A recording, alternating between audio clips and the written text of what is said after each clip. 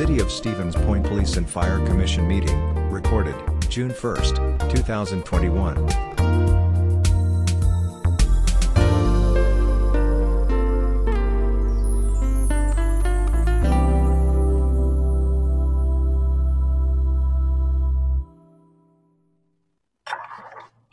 All right, I have 2 o'clock. I will call to order the regular June meeting of the Stevens Point Police and Fire Commission for June 1st, 2021. Leanne, would you be kind enough to please call the roll? Kirschling. Here. Moore. Here. Mrozek. Here. Ostrowski. Here. And Westcott. Present, and please let the record show that Alderperson Nebo, the aldermanic liaison to the commission, has joined the meeting too. Mary, good afternoon. Good to see you on this first day of June. With the consent of my colleagues on the commission, I'm going to move agenda item 6 to our next agenda item, the Fire Department Employee Performance Recognition Awards. And with that said, I will recognize Chief Robert Finn. Chief Finn? Thank you, President Westcott and members of the Police and Fire Commission. Lieutenant Sander, MPL Schultz, Firefighter Medic Karpinski, stand up here, please.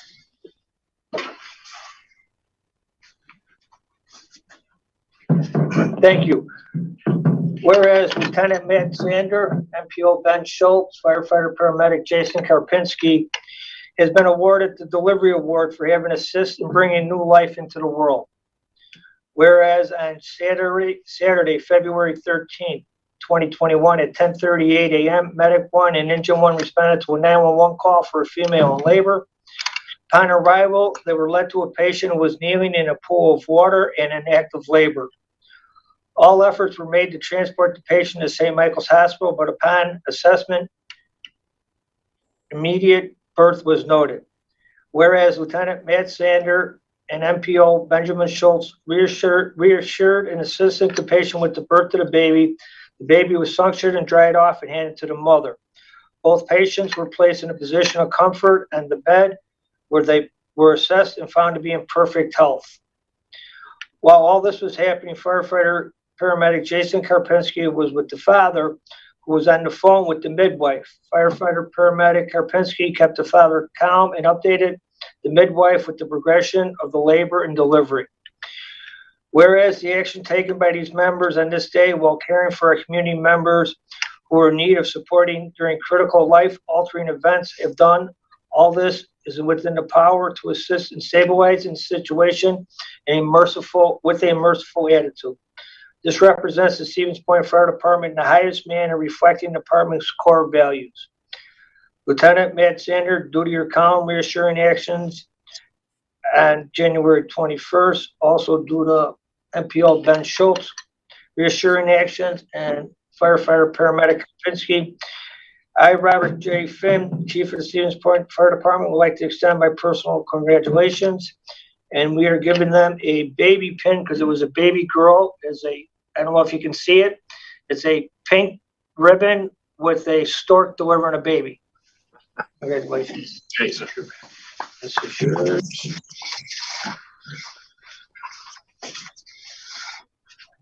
Thank you, Chief.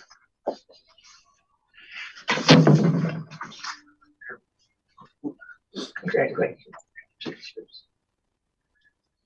Congratulations, guys.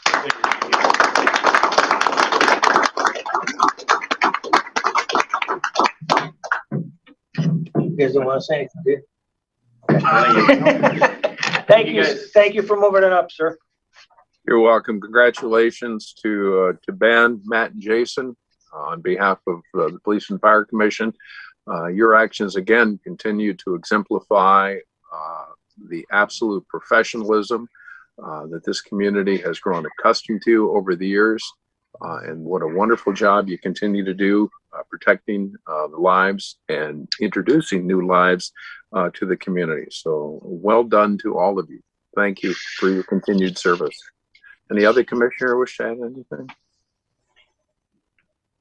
Bob, I know you asked, but do any of the firefighters wish to address the commission before I move on? No, they do not, sir. Thank you. All right. Again, congratulations to the three, Ben, Matt, and Jason, and we'll let you get back to work. Thank you. Thank you, Okay, sir. with that, Thank you, President. you are most welcome. All right, with that said, let's move back to item number 2, the president's report. Mainly just a couple of housekeeping chores here today. As we move into the month of June, would commissioners take a few minutes sometime this week yet and let Leanne know if there are dates in June where you are not available for a special meeting or special meetings of the Police and Fire Commission. I'm going to ask Chief Finn and Chief Zenner to do the same thing. If you have dates in June where you know you are not available, to also share that with Leanne. Once we have that information from commissioners on your availability for special meetings in the month of June, that will help enable the scheduling of special meetings, at least one, possibly two. Also, I think many of you may have heard Leanne as we started. The next meeting of the Police and Fire Commission meeting is scheduled for Tuesday, July 6th. But Monday, July 5th is when the city of Stevens Point celebrates, or it's the day off for the city and for city employees. I'm thinking, with permission of the commission, of moving the meeting to the 13th. That gives everybody an opportunity, Leanne, and the chiefs and the staff.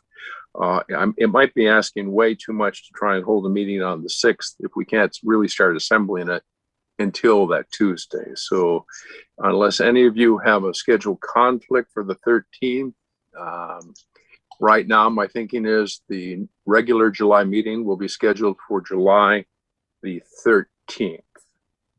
So let me know if there's any conflicts there for any of you. Leanne, if you and the two chiefs can make a note of that, that would be appreciated. The other item, I again wish to publicly congratulate Chief Robert Finn, who informed the commission that his third grandson was born yesterday. So congratulations, Bob. You tell us that mom and baby are doing just fine. So congratulations to the mother and to your grandson. So, okay. Thank you. You're welcome. With that said, any questions, commissioners, colleagues? Okay. Again, let us know on dates in June you are not available. That'd be great. Okay, item number 3 is the COVID-19 update for for both police and fire. Let's start with the fire update. Chief Finn, Chief Gemza, you have the floor. Thank you very much. I'll keep this one a little shorter than last month's. As of right now, Portage County COVID-19 disease activity is still considered high at this point as of May 25th. And like I had explained, is that we look at that weekly, and based on the activity is how the PPE that we wear on our patient care and our runs with the public. So as soon as that gets down to medium and low, then we'll back off some of our PPE. The next update for that would be June 2nd. And if that's noted, we will send an email to the department and drop our PPE. Just a quick couple facts. 12 to 15-year-olds that have completed their vaccine as in Portage County, none have. 16 to 17-year-olds, 24.1% have. As far as single doses, 16% of the 12 to 15-year-olds have had a single dose and they're waiting on their second. And 16 to 17-year-olds, 30.9% of them have had their first vaccine. As far as patients that we've seen transporting, we've seen a dramatic drop in that based on our PCR, our patient care reports. We've transported only 2 people in the month of May that either met the criteria for COVID-19 or have had confirmed COVID-19 of 267 runs. And as of right now, we're still maintaining the level that we have at the staff. You can see that we're not wearing our masks based on the city policy and the CDC's recommendations. And that's kind of where we're at right now. Questions for Assistant Chief Gemza? I'll have a couple, but we'll come back. Colleagues? Chief Center, you want to do your update, then I will return to Assistant Chief Gemza. Chief Center, please. Sure. And as always, we take our lead from the direction of the professional staff at the fire department who provide us guidance, and we have operated accordingly. The only difference that we're noticing at the police department right now, we are have slowly returned to normal. The last step, as I've documented on the chief's report, we will be resuming fingerprinting beginning June 2nd. Other than that, we are back to normal at the PD. Questions for Chief Center? All right. Jerry, did you have a hand up, or were you just? Well, I have a question, but it's not about police or fire. I was wondering what the status of all city buildings is right now. Are they all open, or what? I haven't heard anything. If you're vaccinated, you don't have to wear a mask. Yeah. It's my understanding that the mayor has sent out a memo starting last Monday, correct? Correct. Last Monday that all city buildings would be open to the public. If you are vaccinated, you do not need to wear a mask. If you are not vaccinated, you are to wear a mask. And I've not been to every city building, but it's my understanding that they are posted outside of every city building that there's a sign. Okay, thank you. Chief Gemza, let's return. Why is Portage County remaining in the high level based on some of the criteria data that's available for review? Your thoughts on that? I honestly don't know. As a matter of fact, prior to this meeting at about this morning, I contacted the health department because I figured that was going to be a question. And nobody can really explain it other than it's the numbers that the state's getting reported out. Best guess is that there is a possibility that they're a little bit behind on everything, and we're hoping that we'll catch up. It's the same conversation that I just had with medics this morning, because the news is telling us something totally different than what the state is telling us. And so it's difficult right now. Well, but I have no idea. Well, and as you know, Chief, there is some concern at the federal and state health levels about these number of variants that they're tracking around the globe. So that would not impact this level in Portage County, though. I don't think it would. No, and again, like I said, I can't come up. Nobody give me the answer to why it's being reported one way, and then on the official website and Portage County Health is that it's still posted as high.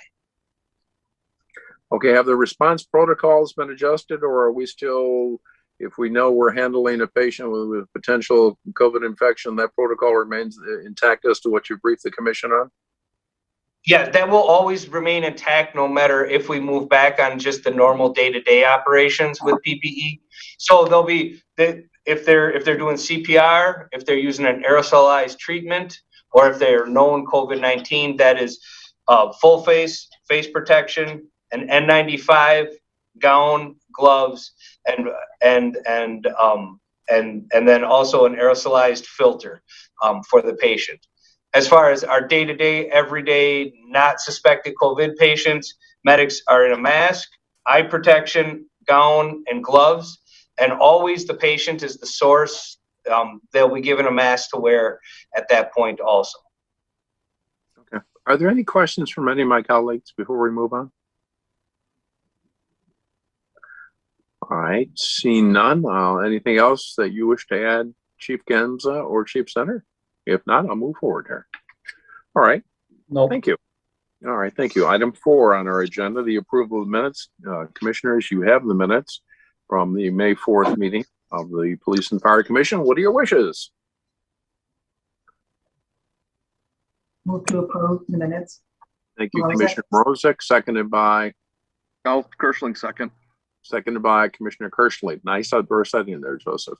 All in favor of approving the minutes as submitted to the commission, please say aye. Aye. Aye. Aye. We'll say no. Motion carries. Leanne, again, thank you for another exceptional job assembling the work of the commission. Item 5, the confirmation of the bills. Bob, with your permission, I'm going to break from our customary go to you first, because I had two questions that popped right off the screen here at me for the police bills. We'll start with Chief Zenner. Chief, you want to update us on the records management system support and maintenance? You had reported that that was an upgrade that was in progress. Maybe you or Leanne could get the commission up to speed on how that's going, sir. Yes, you're going to see the bill for $17,944. That is for the TriTech software system. That is the records management system we currently have in place, and that is the annual billing for that. Now, obviously, from my understanding, we will go live, I believe, early next year, but we'll begin implementation I believe in October, but we'll be live during this annual billing. That being said, and I know Chief Finn and I have had a conversation on this, we'll obviously need to maintain that system throughout this period of time.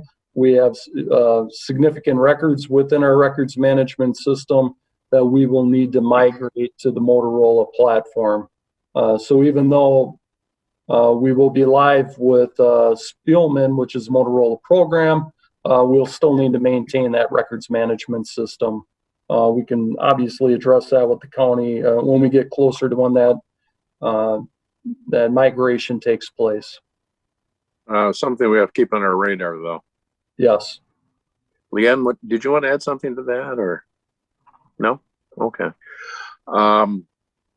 The other question I have before I go to Commissioner Ostrowski is the way down on the list, we have installed lighting at Gerke for $2,144. Why is that a police expenditure? Yes, and I actually highlighted those. I knew they were going to be coming.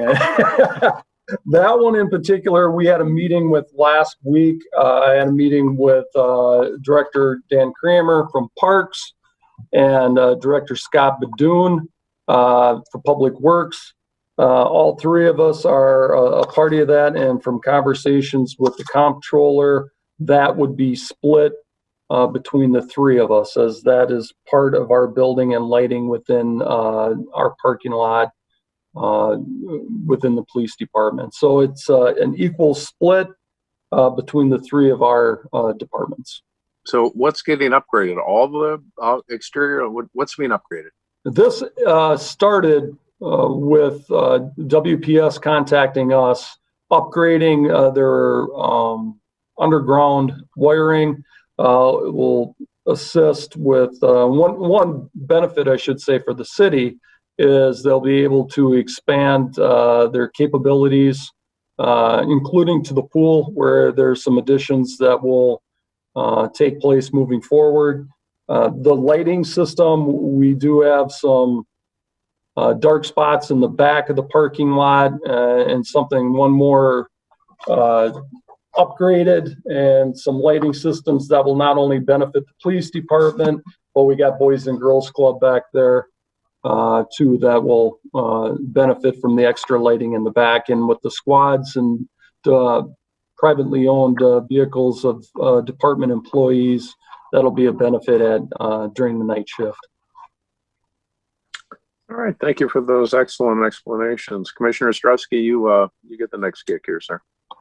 Okay, those were the exact same two questions I was going to question on, obviously, if you know me on numbers. But Chief, I was just wondering, when it says lighting at Gerke, you're talking the lighting in your exact area. We're not talking going out over the whole park.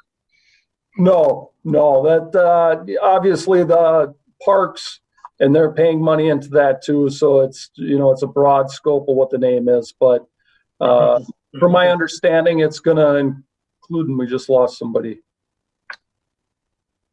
Okay, I'm just double checking. I thought we lost somebody on the screen. I'm not a good multitasker. But they're going to be extending this electrical line on the north side of the building, including a tie-in on our north side of the building by our generator. That's really the only concern that I have structure-wise on the police department, whether that's going to have any impact. I have been told that will have no impact on our business, because obviously we have the generator that will serve for the short period of time that I've been instructed. that power will be down, but Murphy's Law always comes into play here. So I'm a little worried on that. As also, we do have all of city IT located within our structure. So if there's one thing I'm have a little bit of an elevated concern on, that is it. But they're going to run up on the north side. It will go underground, from my understanding, through the parking lot, basically right in front of Northwest Journey, and through the parking lot to the front of Boys and Girls Club. Initially, they were looking at the far end of the parking lot by the field, the soccer field, but from my understanding, this is going to go right through the middle of our parking lot in the back, but it hopefully will be a quick program, and will not affect our capabilities. We can just relocate our squads in the back. It's during the summer, so we shouldn't have any problems other than Boys and Girls Club, but they can come from the south end of the parking lot. Chief, does that mean there will be some redoing or repairing of the parking lot as well and charged to the police department? There won't be anything, from my understanding, that is the billing, that is the entire billing that we will be responsible for. Okay, so apparently it's going to be push it under the asphalt, not cut the asphalt open. Right. Thank you. And this obviously started through with Scott doing Public Works. That's normally how these types of activities take place. This was kind of a last second within the last month. I was actually surprised to see that build out already, but from my understanding, it was we need to do a prepayment. It was a discussion. The information I have, I just found out. I believe that was about 2-3 weeks ago. So. Okay. President Westcott, are you open to other bills then at this time? Absolutely, but from Okay. any commissioner, if Alrighty. you have questions about any bill, go right ahead, please. Go right ahead. All right, then my other one would be on the ambulance bills. I noticed there's a charge and then there's a credit, but the credit is not the same as the charge. So I was wondering if somebody could explain why it wasn't. Printers. We bought one printer. No, we bought 3 printers. All right, Chief Gemza can explain them. It's printers. He's our IT guy. Yeah, IT guy. So what we did was we purchased 3 portable printers for our ambulances. So when patients sign off, they have a copy now, and with some instructions with them. What happened was the printers that the company recommended didn't work with our G-Tags. Alex sent them back. They made an exchange, our IT guy, Alex Vandriel, and he is working with them to get it to make the credit equal across the board. But for reporting purposes, we had to make it has to look like that. Okay. That makes sense? Yeah. And yes, that does. And the other question I have for you are these sunglasses for $800 and some. Obviously that's not just for a pair for Assistant Chief Gens, I assume. Absolutely not. Those are under our pub ed for the youth that we give presentations for on EMS, on the EMS side. So the fire had about how many pairs were purchased? Do you have any idea? a lot. Okay. They'll be also utilized at Riverfront Rendezvous. Okay. That is the only 2 questions I had also. Are there other questions? Any commissioners, questions on the bills? Tom, you said something that I think my guess is the city engineers have already considered this. When you were talking about emergency power for the building and then city IT being added to the building, are we sure the generator has sufficient capacity? Because that generator was installed at a time where IT and its electrical loads and demands was not a part of the system. So you may want to at least, and my guess is the city engineers are very thoughtful individuals. They've already thought of all that. They've checked the load, but once you add, as you know, generators are very specific in what they can handle. If they've added a lot through IT, it's at least worth following up on, sir. Yeah, we've actually had power outages previously, and obviously the generator doesn't cover the whole building here, only the infrastructure that we deem a priority. The last power outage we did at a couple locations, and we haven't had issue. And quite honestly, at this point, I've been told not to have any concerns on that, but where that power is going in is located right next to the generator. So I just don't want my good friend John Quirk Fingers losing all the crossed. systems out there. I just thinking of my friend John. All right, I'll Unfortunately, entertain- John Quirk is not part of that, so we might actually have to have a conversation with him whether anything within his location would need emergency power. So Yeah, it's a good idea. bring that up. That's a conversation we have not had. You bet. Thank you. If there are any questions on the bills, if not, Chair will entertain a motion. I will offer a motion to approve all the bills. Is there a second? Kirschling, second. Thank you, Commissioner Kirschling. All in favor of approving and adopting the bills as submitted to the commission, please say aye. Aye. Aye. Aye. Both say no. Motion carries. Thank you. Next item, presentation by the City Fire Marshal on fire prevention. Chief Finn. Do you need Chief Center to turn the screen over to you? Yeah, in a second. Chief Center, if you could turn presentation over to SPFD. True. Yes. If you could turn it over to SPFD, then Drew can do his presentation. You should have it now. Thank you. Chief. So I'm Drew Regan, I'm the City Fire Marshal. Thanks for having me here today to do a presentation. Just going to be going over some of the technical updates we've done over the last year. Some of these programs we've been using for just about a year now. So we've been kind of working hard in the background during the pandemic to get our programs up to speed and more efficient so that we are ready to go into this year. And it's been excellent using these programs this year. So, and then we have a new fire extinguisher prop to kind of show you today too, or show a few pictures of. And sometime in the future, I'd still like to do a in-person demonstration for any of you that would like to see it. So I will get my screen sharing here.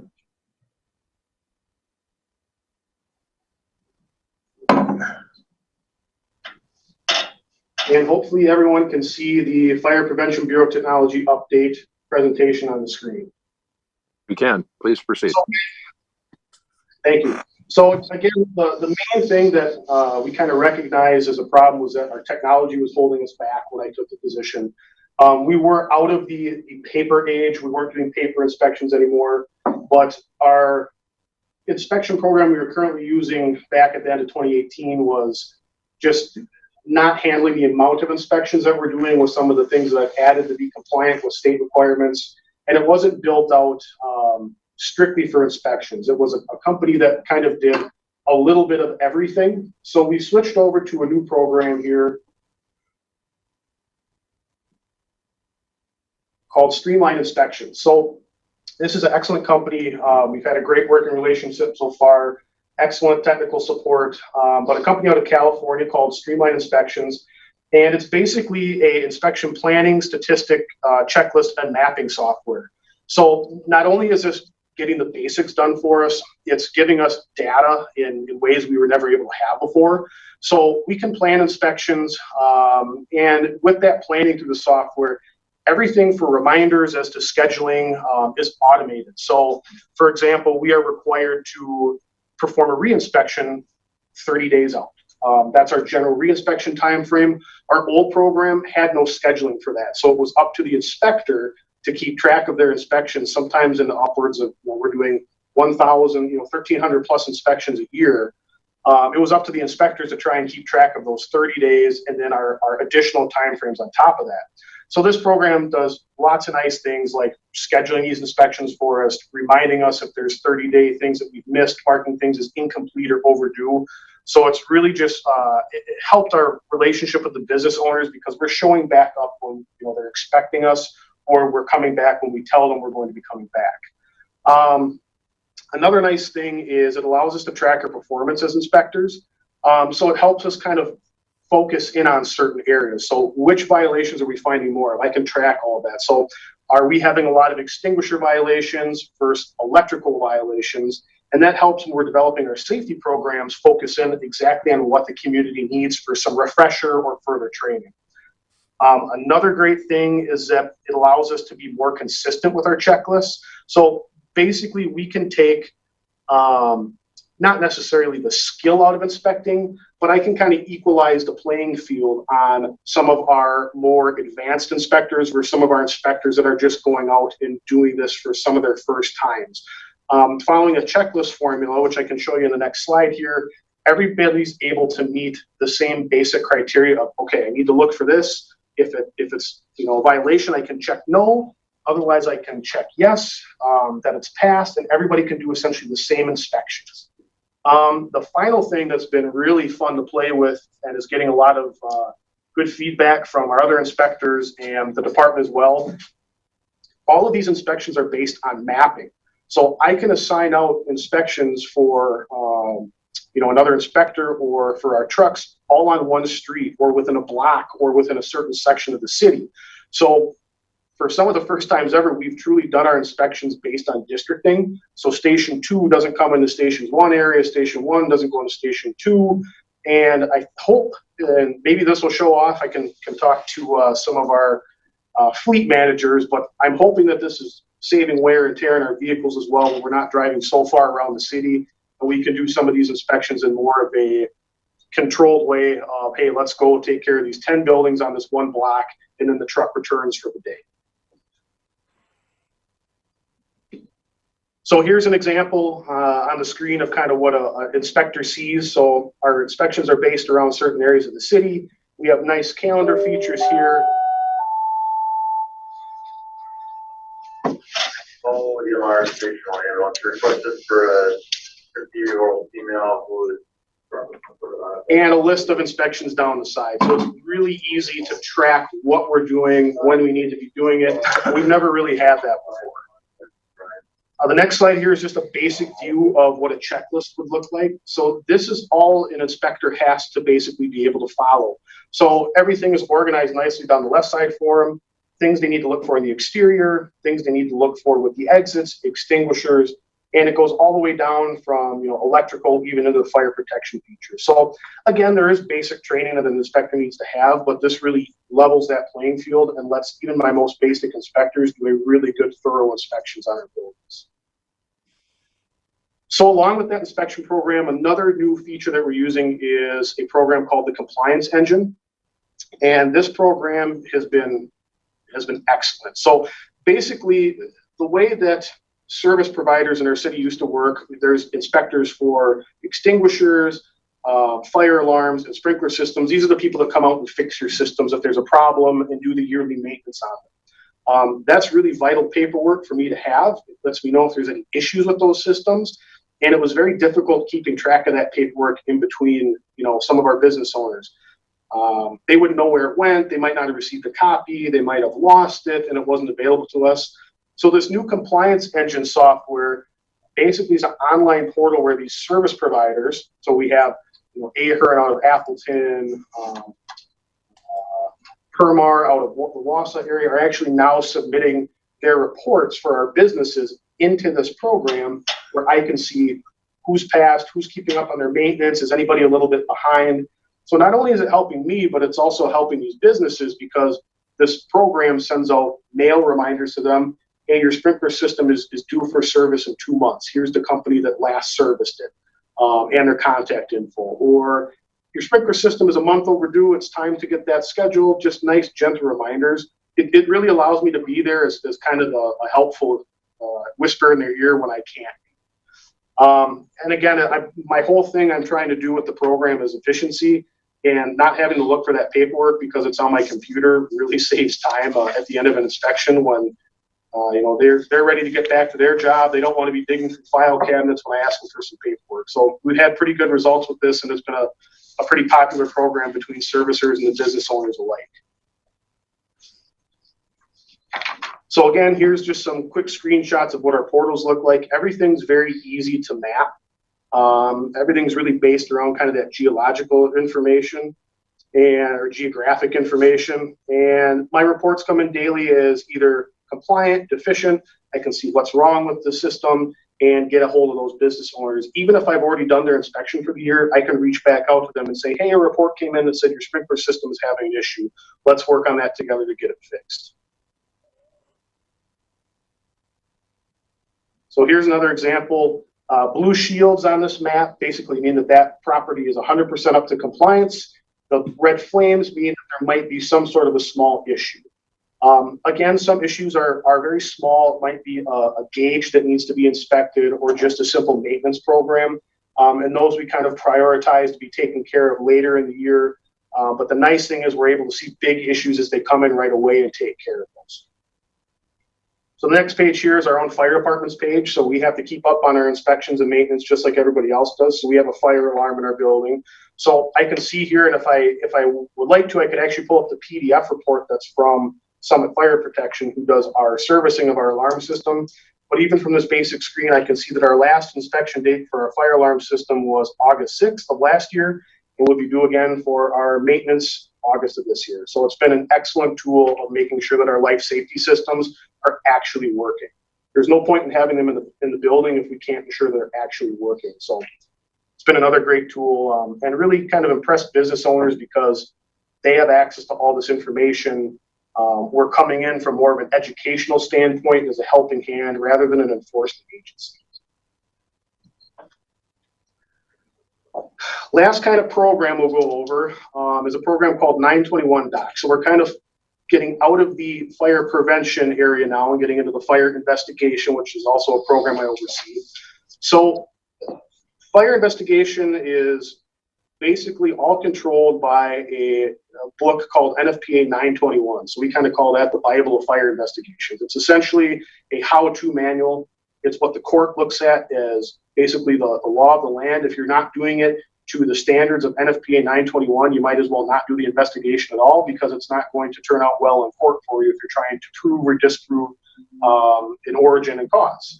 So what this program does is, again, kind of levels the playing field between my basic investigators and my advanced investigators. So it's a data entry software where they go through and they answer a series of questions, and there are areas for them to kind of flesh out the report as needed.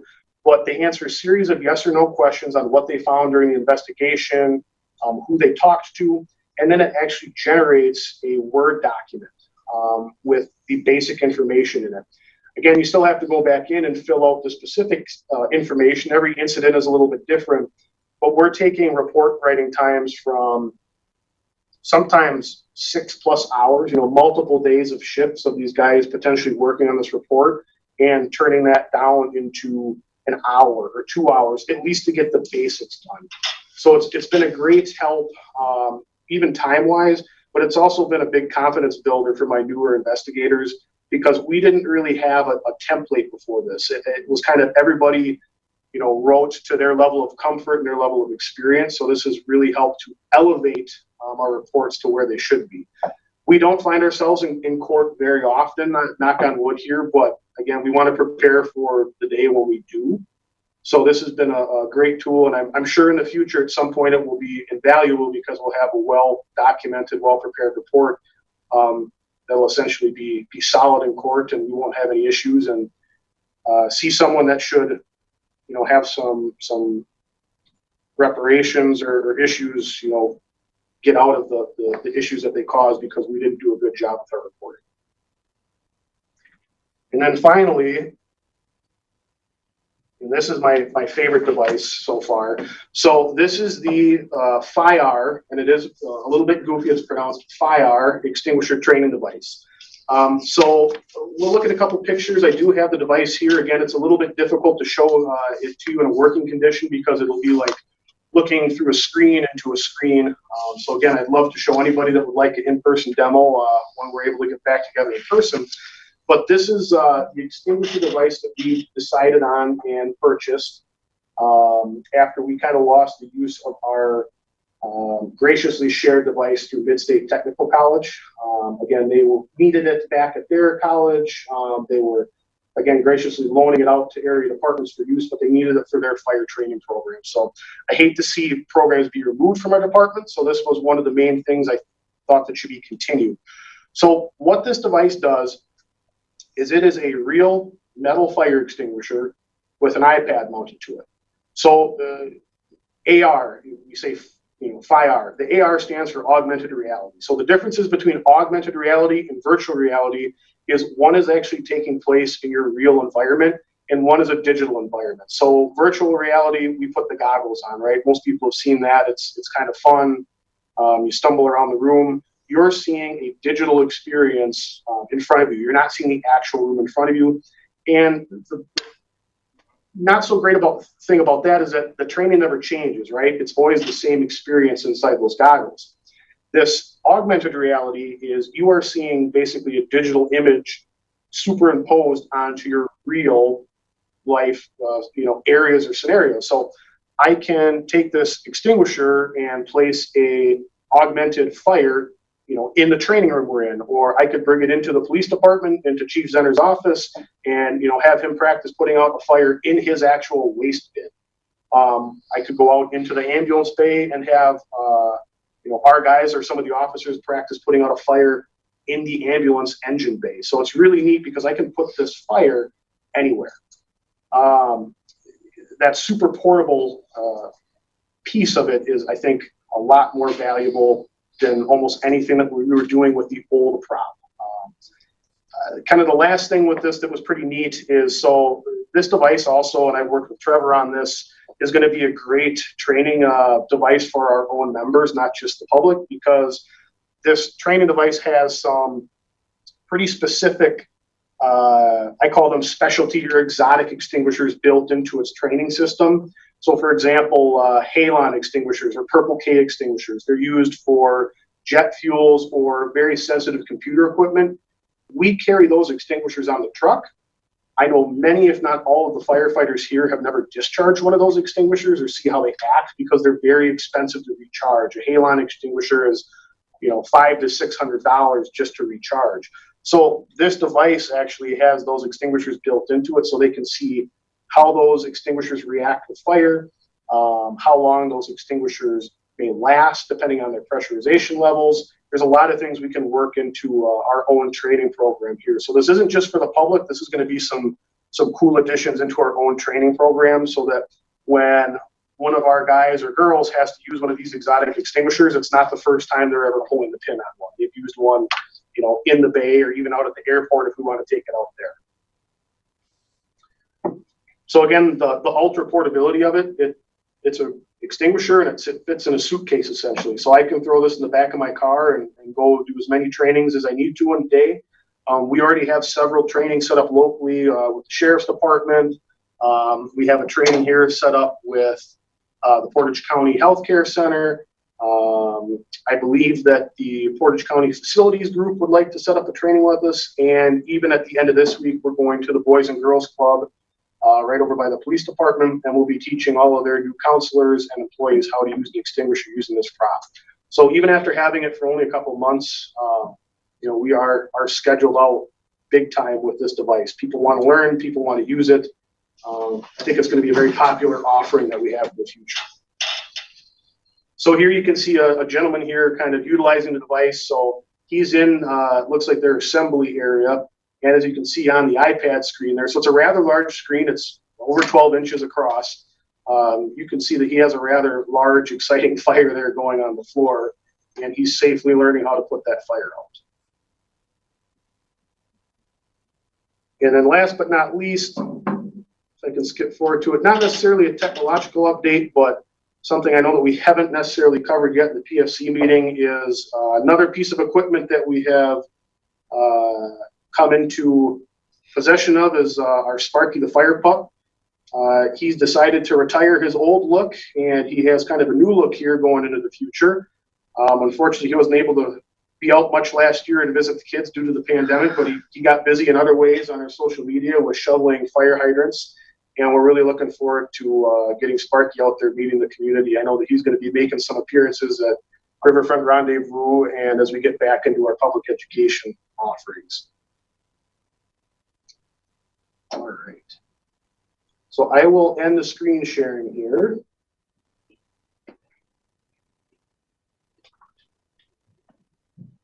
And see if I can get back to more of a classroom view. Are there questions for the fire marshal while we transfer back to the chief, who Chief Zinner, I'm sure, would always welcome any assistance in putting the fires out in his office. So, Drew kind of. So here's the actual device itself.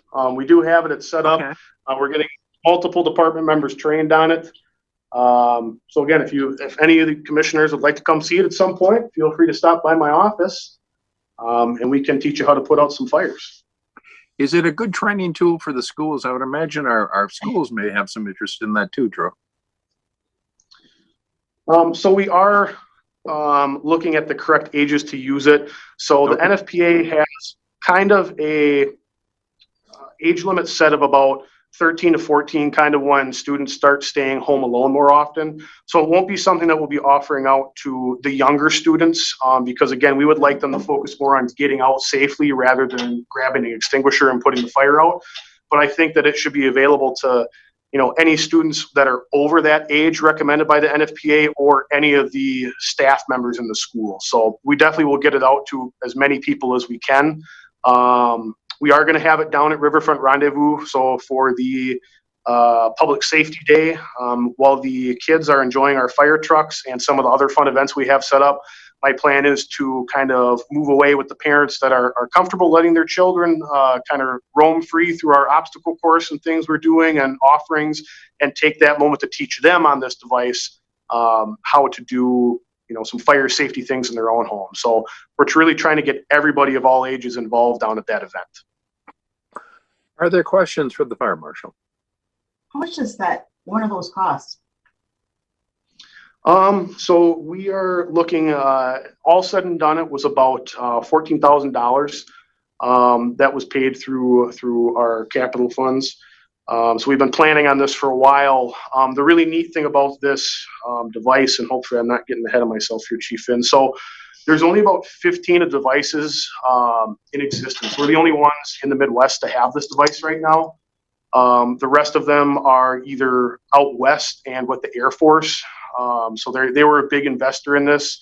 The extinguisher is made by a company called Norcat out of Canada. And one thing that I was really surprised about this was, Commissioner, is we've been actually contacted. So I did a short news stint with the companies out of Wausau, just kind of showcasing what we have to try and get some local interest drummed up and scheduling trainings with us, which are free. And that actually went viral through a fire training website. And we've gotten contacted from people in Florida, Nebraska, Canada. And then the one that really threw me off is I actually got contacted by a gentleman out of Ireland who runs a safety training company, who wanted to know about our device, how we were using it, where he could get one, and basically use us as kind of the jump starter for their program. So it's really, it's a big investment, but it's going to last a long time. And it's really gotten people involved in this training like I've never seen before. So I'm very happy with it at this point. Yeah, I could see a lot of interest with the community to have that type of training. Absolutely. Really, really popular.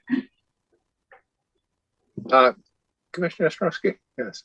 Fire Marshal Egan, are you open to, say, maintenance people or private security companies, or even service clubs making presentations?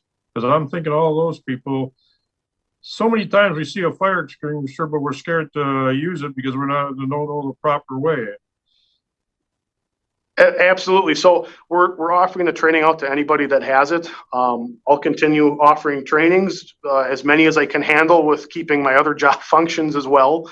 But we've already started to kind of approach that question you had there, Commissioner. So there's a local factory that we've just started kind of entering into talks with about training them. They have a large amount of electric motors on some of their conveyor belts and processing machines. So we're actually going to go set up a training prior to that, and set on fire a couple of their electric motors so that their maintenance people are putting a fire out with an extinguisher on their motors in their facility. And no other training device that I found other than this one is able to offer a training experience like that. Congratulations. That's an excellent idea. Just if you would for a moment, would you talk just a little bit about something that I found very interesting? Talk about other members of the department and their role. It's not just you out there doing all these fire inspections and filling in the blanks on the software. How are other members of the department integrated into this, Drew? So there are some other members still out doing inspections. The good thing is it gets them out into the buildings. It gets some of our new inspectors or new firefighters out to see, the buildings that they might go into every day.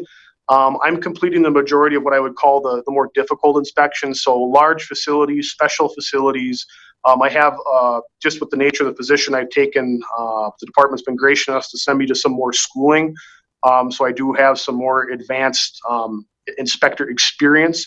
So we're using that to make sure that our healthcare facilities, some of these specialty facilities are up to snuff. So our other inspectors are going to a lot of facilities like apartment buildings, small shops, things like that. So while I'm doing the majority, I still do need some help so I can do some offerings like, these extinguisher trainings, fire investigations. So we still have been sending out some of the inspections to the company officers. Good. Are there any other questions from the commission? If not, we will thank you for another excellent presentation, and you continue to be very informative in your work in front of the commission and for the community. And thank you, sir. Thank you, commissioners. All right, with that said, let's move to item number 8, Memorandum of Understanding with Local 484 regarding 2021 recruitment hiring process.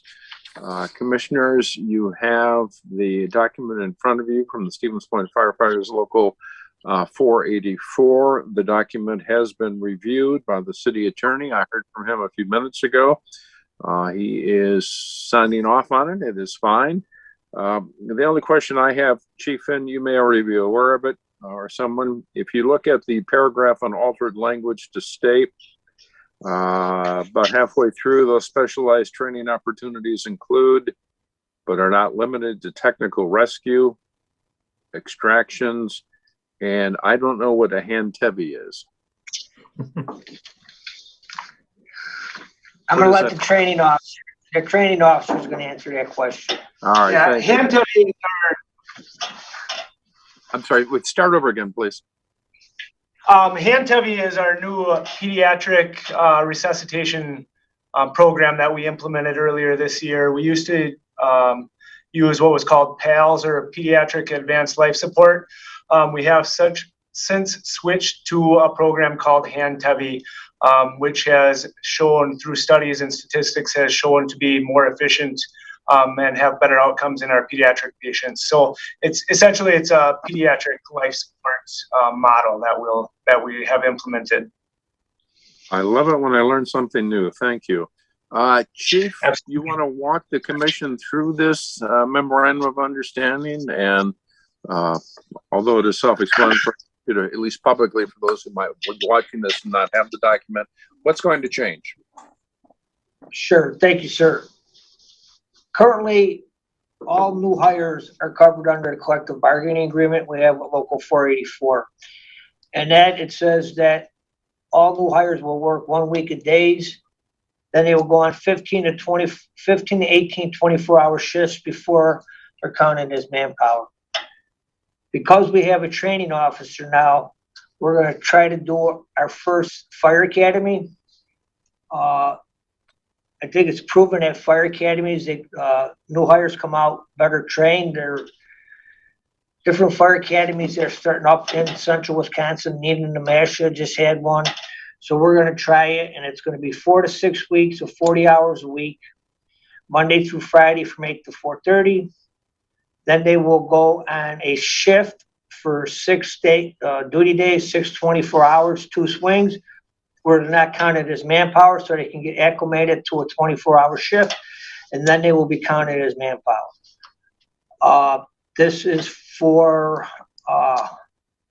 all hires in 2021. We are starting our first fire academy on June 21st.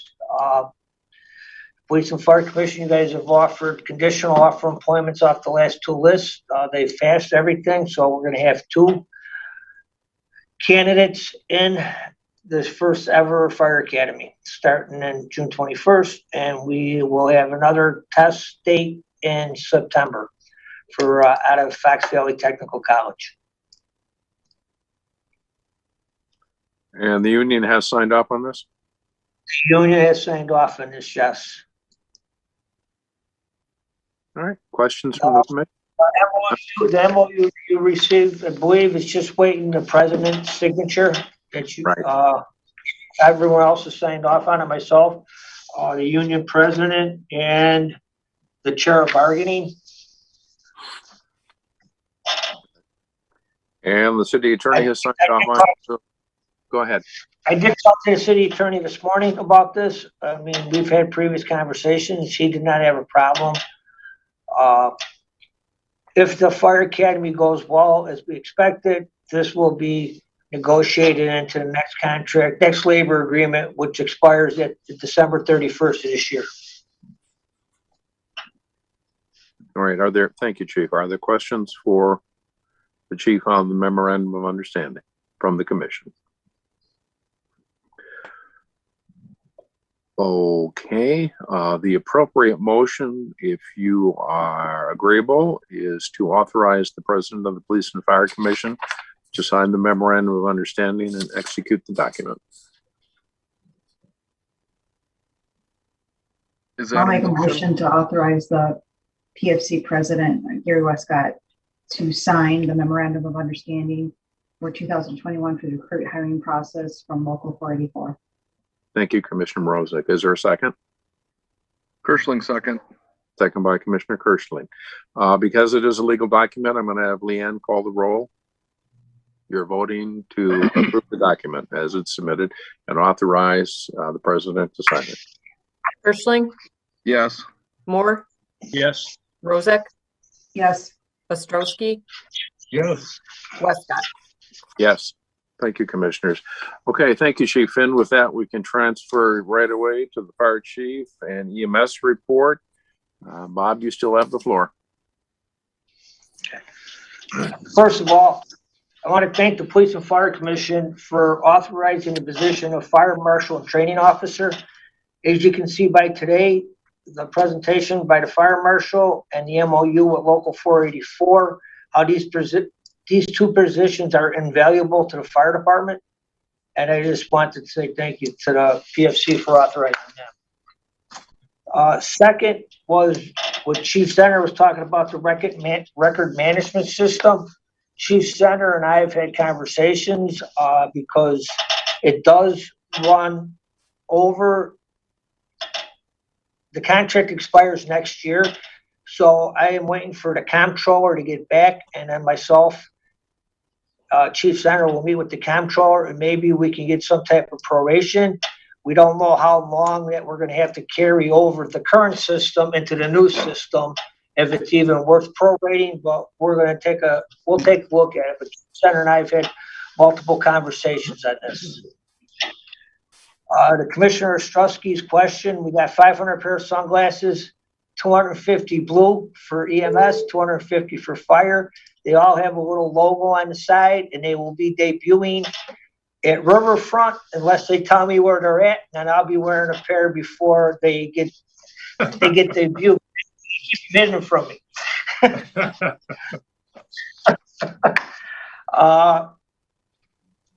And the fire chief's report, Fire Marshal Egan talked about the fire extinguisher prop, that how we're cutting edge, that we actually got inquiries from Ireland. And I think that's a pretty significant thing, that we are trying to take the lead on some of this cutting edge technology in this department. Not much on the fire report. I would like to announce though that next Tuesday, Wednesday, and Thursday, Wisconsin Chapter 25 of the International Association of Arson Investigators will be hosting a conference at the Holiday Inn. And the fire department and police department both have members in the conference. It's an annual event. Last year was canceled due to COVID. So this year it's back to in person, and it's going to be nice to have people in person. When it gets to the EMS report, what's not in there is, and I think it's important that the members of the Police and Fire Commission hear this. We recognized, I know 3 members today for delivering a baby, but I want to read something that we get quite often that the public and the Police and Fire Commission don't know. This is, and I can't get into too many specifics, but this was from a scene of a fatal car accident. It says, and if paramedics there were a firefighter paramedic Ben Molnar and firefighter paramedic Joey Gemza. Says, thank you for being there on May 8th. That was a scary day. We appreciate you taking the time to talk, answer questions, and explain things to us. A special thank you to Ben for taking the time to make my daughter feel comfortable. I appreciate that so much. Thanks again. Thank you from the bottom of my heart for being there on such a scary day. Your passion and dedication to your work truly stands out. You are amazing. Thank you again. Chief Gemza gave firefighter paramedic Ben Molnar a gold challenge Chiefs coin for this. This is what goes on a daily basis with the men and women of the Stevens Point Fire Department. It also goes on with the men and women of Stevens Point Police Department. But I think you guys should, the members of this commission should be aware of the hard work that these men and women are doing. Also, it was EMS week, May 16th to the 22nd. As gifts, and when we meet in person, each commissioner will get a gift. It is a Yeti with the Stevens Point Fire and Ambulance on the front.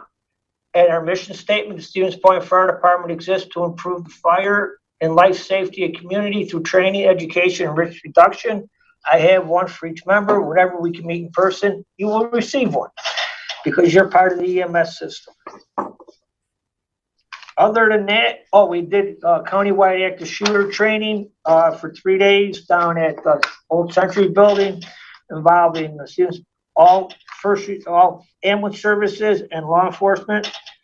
And we had Dr. George from St. Michael's Cardiac Catheterization Lab come in and do an in-person training on cardiac care. Any other questions? We no longer transport on cardiac cath, right? They do it here? Cardiac cath lab has been open it's open at St. Mike's, yes. Right. Because we used to transfer to Wausau or Marshfield, right? Correct. Yeah, that is a significant upgrade that we no longer have to transport. Of course, both you and Assistant Chief Gemza had made significant upgrades in the protocol there where they could make that cardiac assessment before they got to St. Michael's. So, well, good. Chief, can you update the commission on how things are going with Midstate and that exciting announcement we had a few months ago?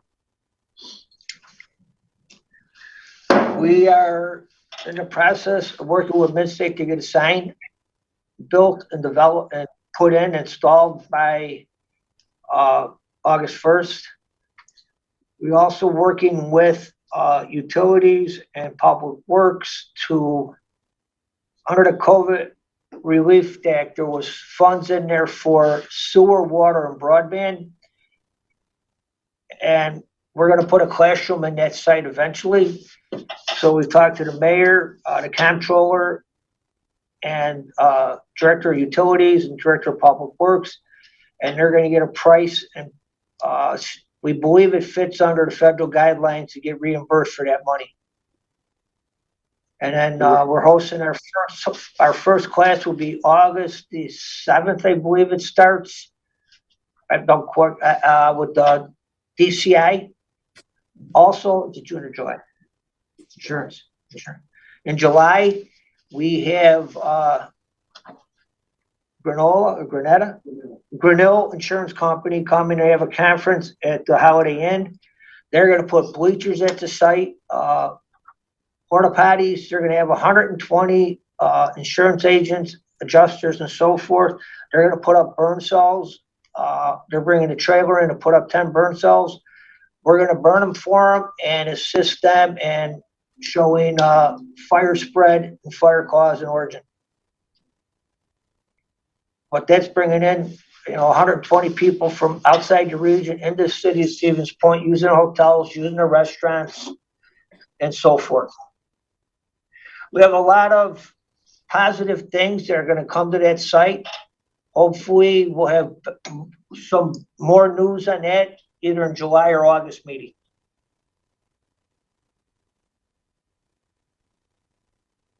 Did I answer your question, sir? It did. Thank you for sharing that letter regarding that accident. You're right. Those are not the type of communication that this commission generally hears.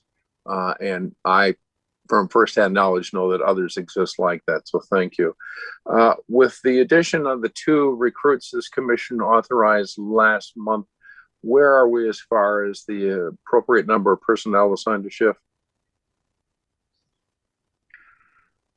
Once these 2 come back, once these 2 get up online and we get a couple back from medical, we should be down 7, I believe. And we just got the applicant, I just got the spreadsheet last Friday from Fox Valley. I don't know how many people from Fox Valley apply here. 25, training officer saying that 25 people have applied to Fox Valley for the September testing. Okay, do we have any now? Do we know where the 25 who are going? Do we know where the 25 who are testing? Do they express a preference for a department, or they're just testing? They're just testing, as far as I know. They have to apply for us. Well, they have to apply for Stevens Point. You have to put in Stevens Point that you want to apply for that. But they could apply for more than, they can apply for 8 fire departments if they like. All right, so just so I understand it, and I'm sure everybody else has already got this figured out. It's kind of damn having. The 25 that are testing, those 25 have included a preference or at least an expression of coming to work in Stevens Point and possibly others. Is that an accurate statement? That's correct. And then we haven't looked, we just got them late on Friday. Some of them might not meet the requirements even though they apply. So when we get, when we go through the applicants, we might have 25, we might have less, but then they'll test sometime in September. But we want to do this right after Labor Day. All right, will you keep the commission informed as to how many of those would meet the entry-level qualifications for this department? Yes, it will. And also, I'd be remiss, I just want to let you know that these thank you letters, they will go in the personnel file of firefighter paramedic Ben Mulder, firefighter paramedic Joey Gemza. And I also would have been remiss if I didn't mention firefighter medic Shane Westfall, Jason Karpinski, and Joey Gemza III for all their hard work on EMS week. There was videos out on the city's website during EMS week, and they're responsible for these nice, lovely parting gifts that you will receive when I see you. Lovely parting gifts. This is a contest show, Robert. You've been watching too much TV there, Chief. Are there any questions for Chief Finn before we move to Chief Center? Thank you, Bob. Yes, Commissioner Ostrowski, I'm sorry. Chief Finn, have we heard any updates on the newer ambulances that are coming in the replacement series? I get to let Chief Gemza. They are ordered. We are working with them. As soon as they start getting the backs get built, the patient compartments, we'll work with them to finalize those drawings, but they are ordered, and the anticipation would be that we will receive them sometime in the fall. And I would take they would be replacing units 4 and 5, right? As of right now, yes. We're working with the county garage right now to figure out the actual replacement rotation that they want, but they've alluded that they would very much like 4 and 5 to be gone. Okay, and I assume that the county is going with the F550s as they have in the past, a couple of them? No, these will be going. We'll be going with the mid-state mid-weight chassis. It's kind of like the Ford F550, but the fact that we're able to use, I'm sorry, mid-state trucking, it's the international medium weight. They just came out with this, and the fact that they work well with mid-state trucking in the county for service, they felt more comfortable going with that chassis. And we got to test drive it and give it our two thumbs up for it when we looked at it. There is a likelihood then when we receive at least one, if not two of those before the end of the year? We should get both of them before sometime in the fall. I would love to tell you early fall, but I don't want to put my foot in my mouth. So, well, as long as it's 21, that'll satisfy me there. That is what they've told us as of right now. I'll keep you posted if you like. I would appreciate that because, you know, I have a little bit negative results on that history on the past. I totally understand, sir. Thank you. Joseph, we're what, in year 2 of a 5-year contract? Yes. Okay. And I have to say that it is going very well. That we've been working very well with the county and all the other ambulance services. The new turnover or the new perspective has been a breath of fresh air. Good. Questions from my colleagues? Since the beginning of year 3. All right, seeing no questions. I'll move. Go ahead, Commissioner. I was just going to move that we accept the fire department report. Is there a second? Kirschling, second. Thank you, Commissioner Kirschling. All in favor of accepting the reports from the fire chief and EMS report, please say aye. Aye. Aye. I'll say no. Thank you, commissioners. Item number 10 today, the police chief's report. Tom, you got a lot of information in there, so I'll let you get started.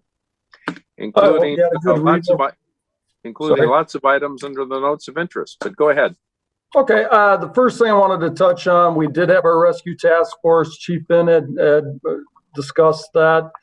I want to recognize a few people that were involved in this. This is a very extensive training that we've been doing, I believe, about 7 years, multi-day, multi-agency. First off, Century Insurance, a big thank you to them for allowing us access to their building. Whenever you get a lot of firefighters and police officers together, we tend to leave a mess. So it was very nice that they were allowed us access to the building to do this training. Earlier this year, Deputy Robert Wanta from the Sheriff's Office retired, and he was a significant member and force behind creating the Rescue Task Force. He retired, and Lieutenant Joe Johnson from the police department took over his place. As I said, this is a very extensive training all day. I believe 3 days that we were involved in training on this. Lieutenant Joe Johnson received a performance review for his work and coordination on this, but I also wanted to recognize not only him, but Lieutenant John Moss, Assistant Chief Bob Cousseau from our department, Lieutenant Krupolowski from the Sheriff's Office, and also from the Fire Department, Lieutenant Trevor Howard and Assistant Chief J.B. Moody for their work involved in this. A lot of man hours tied up into this, and it is an excellent training platform. We actually had a member from the Fox Valley area attend just to witness this training and was so impressed that he has a request in to have some of our instructors go to the Fox Valley to assist with possibly implementing a training similar to what we have here. Chief, for the benefit of those, and I don't mean to interrupt, please excuse, but for the benefit of those watching this on video, would you give a little greater detail? I know the commission understands what the Rescue Task Force does, but talk a little bit about what the Rescue Task Force does for those who may not be as familiar with it as some of us. Yes, Rescue Task Force was a joint venture between us and the fire department when we're dealing with basically an active shooter situation. Essentially, I think this, and I might need a refresher, but I believe we started under the school shooting type platform, and that has since expanded out towards other, unfortunately, events that we've seen nationwide. And what this training is not only a law enforcement response, but a fire EMS response. and how we can not only address the active situation, but as quickly as we can start evacuating those individuals within that building that need immediate care. Like I said, it's very extensive training, not only for the fire department, police department, but also when we start bringing in emergency management. And on that end, JB Moody has an extensive experience and training that he provided on that end was excellent. If you pause for a second there. Bob, is there anything you want to add to that? Because it is a combined police and fire. Chief Finn, if you want to add anything to that, just unmute, please. No, Chief Center did a fine job. It was because they found out that people that were shot were bleeding out, and because they were going past them. Now this gets firefighter medics into a warm zone with protection from the police. Is very coordinated training. I'm not going to get into how they do it, so the public doesn't know how we do it. But that's basically, we get the people out faster and get the medical care that they need. Good, thank you. Chief Center, thank you for allowing me to interrupt. Please continue. Sure, problem. Also wanted to touch, we have Officer Cole Neal and Officer Josh McCluth that are in step 3 of the field training process. Everything is progressing on schedule. And they're with FTO Paschal and FTO Kobach. Also wanted to address Lieutenant Dana Williams has completed her work on our webpage. Special thanks to John Quirk, who is with us today. Absolutely excellent job on that she has completed. It is a full directory for all our officers. Our entire policy manual is available on that website, and at this point, a pretty extensive history into our police department that Assistant Chief Bob Cousseau is finishing, actually seeing the final products.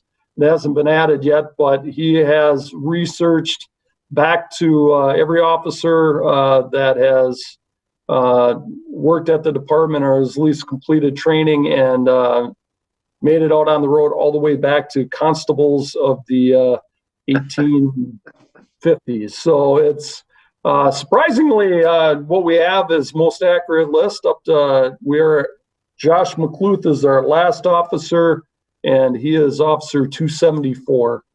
So you would think we would add more officers during that time frame, but we will hopefully get that added to our webpage within probably by the next time we talk. Also, we do have planned, after going through the historic period of 2020 and COVID, to organize a department group photo. We haven't done that since 2005, I believe. So hopefully we will be accomplishing that in June before the vacation schedule kicks into place. Also, as we talked before, we did have several interim positions. We have completed those permanent promotions that we discussed last month. Brian Brooks was promoted to lieutenant. He'll be in charge of our investigations bureau. And John LaRank, longtime officer at the police department, was promoted to sergeant, and he also is in the investigations bureau. And with the shortage we've had in there, Officer Stormy Garrett has been reassigned to the detective bureau. I believe we'll have her transferring in there in June. We do have some shortages on the road, so we're more likely wait until she transfers until we get Officer O'Neill and Officer McCluth off of field training. That will be a big assist as we go down to the investigations bureau. One thing of note on that, we have seen a significant number of crimes involving children. That was 10 cases generated in a 2-week period.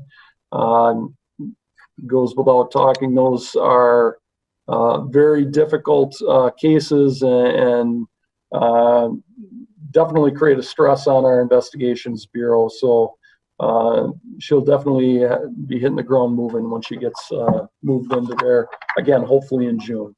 Are you able to share any more with the commission? That I'm sure most commissioners probably highlighted that because it stands out in your report, a significant number of crimes against children with 10 cases generated within a 2-week period. Are you at liberty to say any more, or do we have to leave it at that, Chief? Pretty much leave it at that. Obviously, they're very sensitive in nature. The majority of these are still active. I know we've had one that hit the local media recently, and again, sometimes we want to be careful how much information we walk down a path to not re-victimize a victim that's already in place. So absolutely, I understand. I get it. Off to patrol calls. One of note, as it due to location, we did have a crash at Stanley in Michigan. A female driver left the roadway, struck a pole.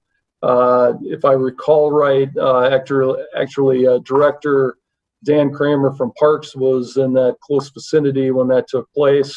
So he actually called over there, over to the police department to ask what happened. I didn't know at that point. So this was that incident. The female driver was arrested for under the influence of heroin. Some other items that were found in the vehicle to include a stun gun. I don't have a backstory on that, but that was found in the vehicle. Moving down to monthly use of force reporting, we did have 7 use of force incidents, bringing a total of 33 for the month. No injuries with either suspect or officer involved in any of those incidents. Mental health, we did have an uptick in welfare checks. We were up to 63. If I recall right, I don't have last month's report, but I thought we were in the 40s on that, 40s, 50s.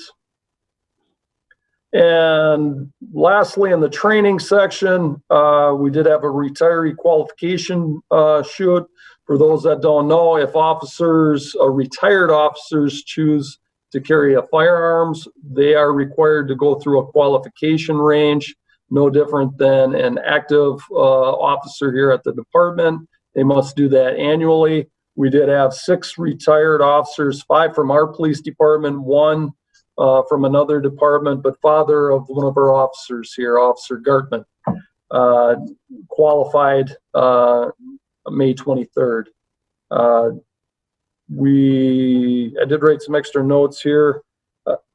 Just wanted to bring this up. I don't have it in the report, but our training budget, we will be exceeding our budget line on that this year for multiple reasons. Obviously, last year we didn't have a whole lot of training other than within due to COVID. But we also are a much younger department. We have 2 young officers. One, as we talked about earlier, with Detective Garrett going to the Detective Bureau. We do have another officer in there that's fairly young. We do see an uptick in the education training going into the Detective Bureau, to where we have a fairly senior cadre in there. We don't see as much training on that end, but we also have many young officers. We do have some recent supervisory positions, and those all have training mandatory requirements that we identify as mandatory. So to address some of that excess in the budget, in particular for the training that's taken place in the Investigations Bureau, we'll be dipping into the budget line for our Investigations Bureau, not the training budget line. But Bob, I know you keep a close eye on that, giving you a heads up early in the game that might go in the red a little bit. That's all I have. When you say go in the red a little bit, any idea? Too early to forecast? I can't imagine we would go more than 1,500. But again, we'll be able to cover that in the Investigations Bureau budget line. We will not go over that line. Well, I thought with Alderperson Nebo in here, Mary, you still on finance? No, I'm not, but I certainly am willing to make a statement that'll help. We Thank need you, these Alder. people trained. Absolutely. Well, and we talk about training. Thank you, Tom. Are the questions for the chief? Jerry, you had your hand up. I'm sorry. Go ahead. Yeah, Chief. We were having an ammunition shortage before with the change over to 9mm. How's that going? We are in the same boat we were last month. Just so everybody is aware, and I guess to give a history of it, we're going from 40s to 9s. This was probably the worst year to do that because obviously we wanted to run down our inventory of 40 caliber without having an excess amount of that. So we started purchasing 9s. Well, at that point, there's no 9mm to be had. So we're living off the inventory that we already tried to dwindle down. Now we've been able to secure some 40 caliber ammunition. And also to add on to this doesn't affect our, we do have duty ammunition. Most of this ammunition that we're running short on is the practice ammunition. So we hopefully will be getting our 9mm practice, or actually we actually got our practice ammo, the 9mm in. We have not received our duty ammunition.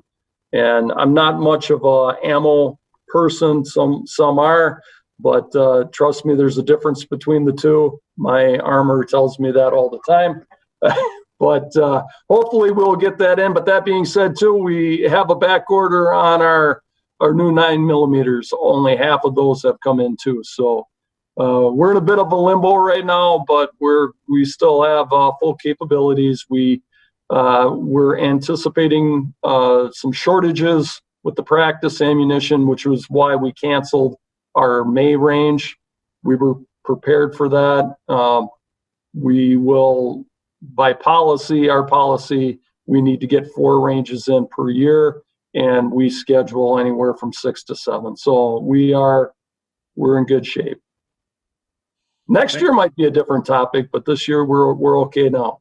So Commissioner Ostrowski, go ahead. Thank you, Don. Commissioner. Couple of questions for you, Chief. One is, I take it by this switchover, you're doing everybody at the same time. You're not going to do partials. Certain guys switch over to 9s, others not. Everybody at the same time, correct? Everyone will be at the same time, and for many reasons. One, too, it's having multiple weapons, multiple ammo being maintained at the department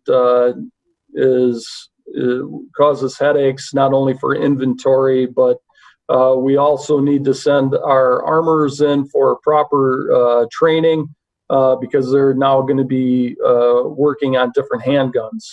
And that is the one benefit. We're going from Smith & Wesson to Glock.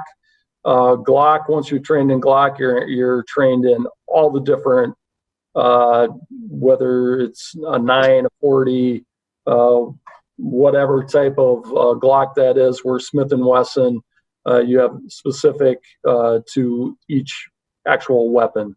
So, yeah, we don't want to maintain 2 different standards. Okay. And the other one, second of my 3 questions is, how are we on staffing? Are we at full manpower?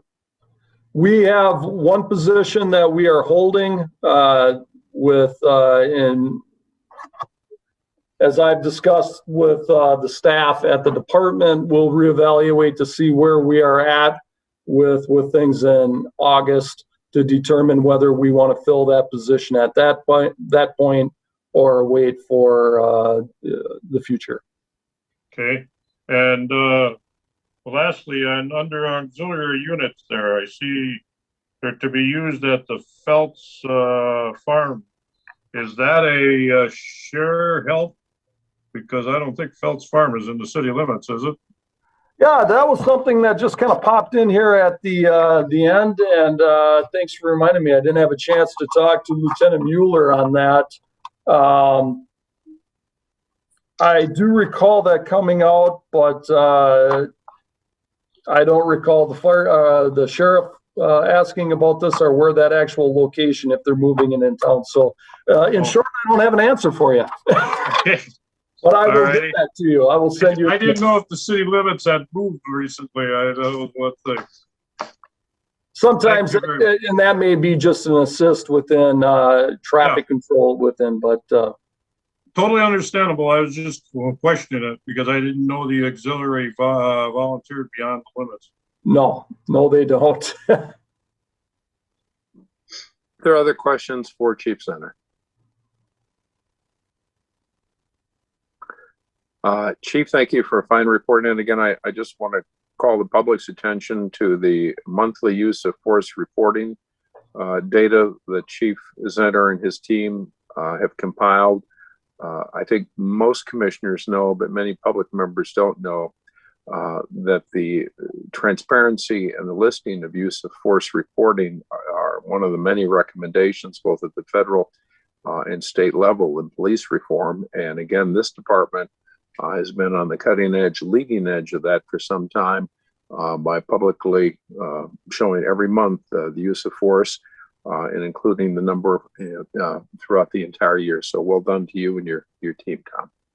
Thank you. And I would like to take an I'm sorry, I'm going to cut in on that one thing. Lieutenant Joe Johnson is the one that passes that information on to me.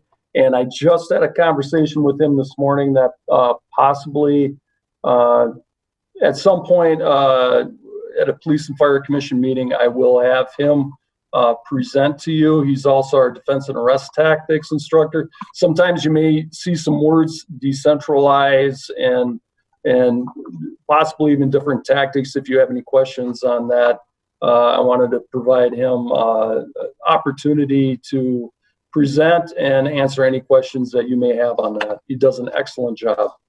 I think it'd be a great idea. Commissioner Moore? Tom, could you just give a short list of examples of what use of force listing is? Because use of force doesn't mean nightclubs or nightsticks or weapons. Right. So everybody understands. Yeah, and I can we actually have a form that it's a standardized form that officers fill out whenever they have a use of force incident. And that comes part of the report that gets sent to Lieutenant Joe Johnson. And actually lead officer Roser works with him on this too. But that use of force can simply be a display of a taser, not actually using it, but displaying it. That's a use of force. Displaying a handgun during a standard. If we have a high risk traffic stop, standard protocol and training is we display handguns. That's a use of force. The visual of that is obviously a use of force incident, and it gets documented as such. So it's not so much if we pull one of our canines out, and actually we had that this past month, where a canine is displayed, and I've had Barry, he's one of our canines, look at me a little cross-eyed a couple times. Certainly gets me a little concerned. So that's a use of force, and that will be documented. We didn't release the dog, no contact was made, and compliance was gained, and that's the key. What is the level of force that's needed to gain compliance? No more, no less. And if that is simply a display of canine Barry and people shut it down, we're good, but it will be documented as a use of force. Thank you. Jerry, thanks for asking that question. That's a good one. Are there other questions for Chief Center? If not, I will move approval of the police chief's report. Second. Second by Commissioner Moore. All in favor, please say aye. Aye. Both say no. Motion carries. Okay, before we adjourn, commissioners, colleagues, just a quick reminder, if you would share with Leanne at your convenience, hopefully by the end of this week, it's a shorter week, early next week, dates in June where you would not be available, and with concurrence from my colleagues. What, Jerry? Chief Finn wants your attention. Oh, okay. Chief I have a Finn, question. I have a statement too then. I just, before you adjourn, sir, I just want to let the commission know, because I should have put it in my report, that the fireworks this year on July 4th, we have worked extensively with Parks Director Kramer, Chief Center, and the Sheriff's Office, and the Fire Marshal, that the fireworks are going to be shot off a boat this year in the river. So that would open up Mead Park for the public.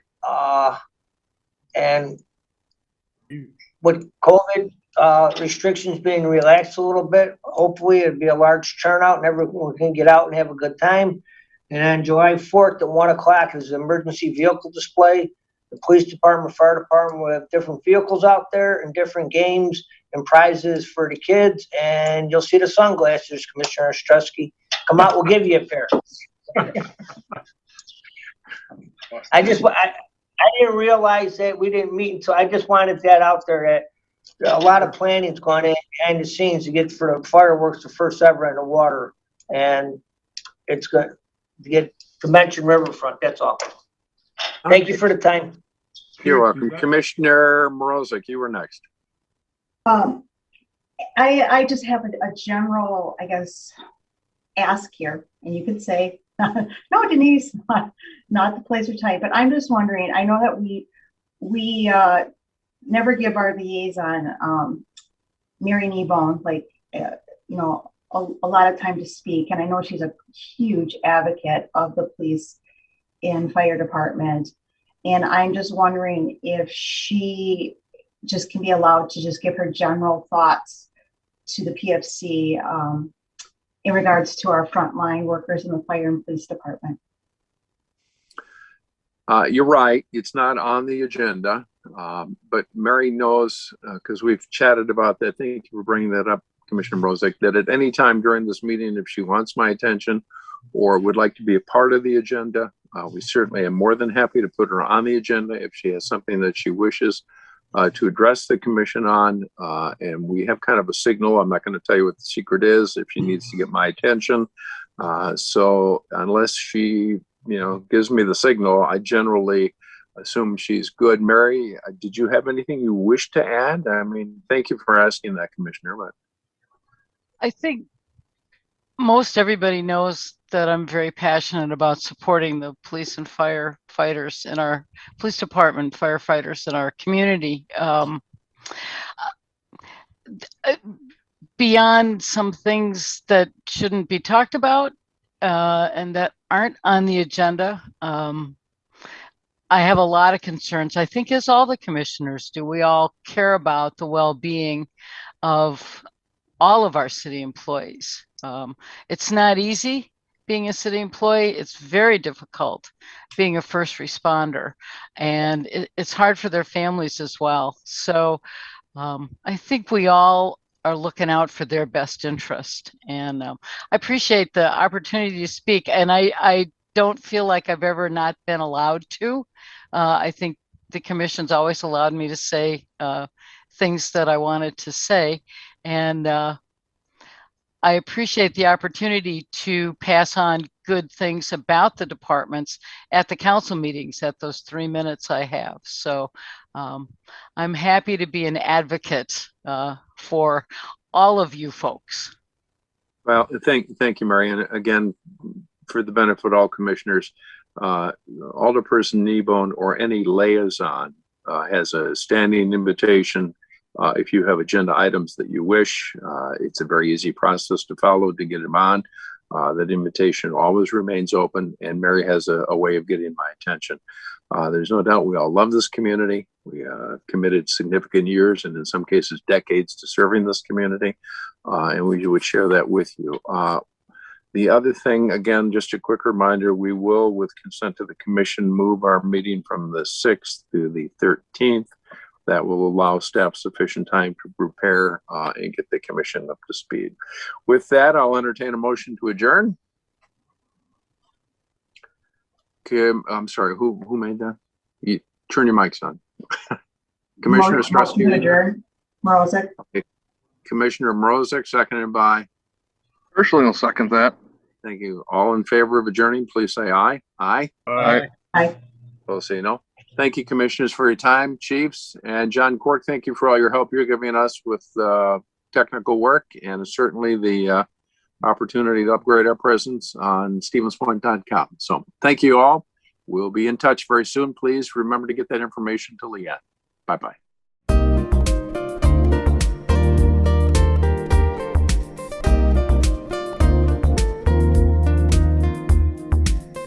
Videos of these meetings are available for viewing on the city's website, stevenspoint.com/videos.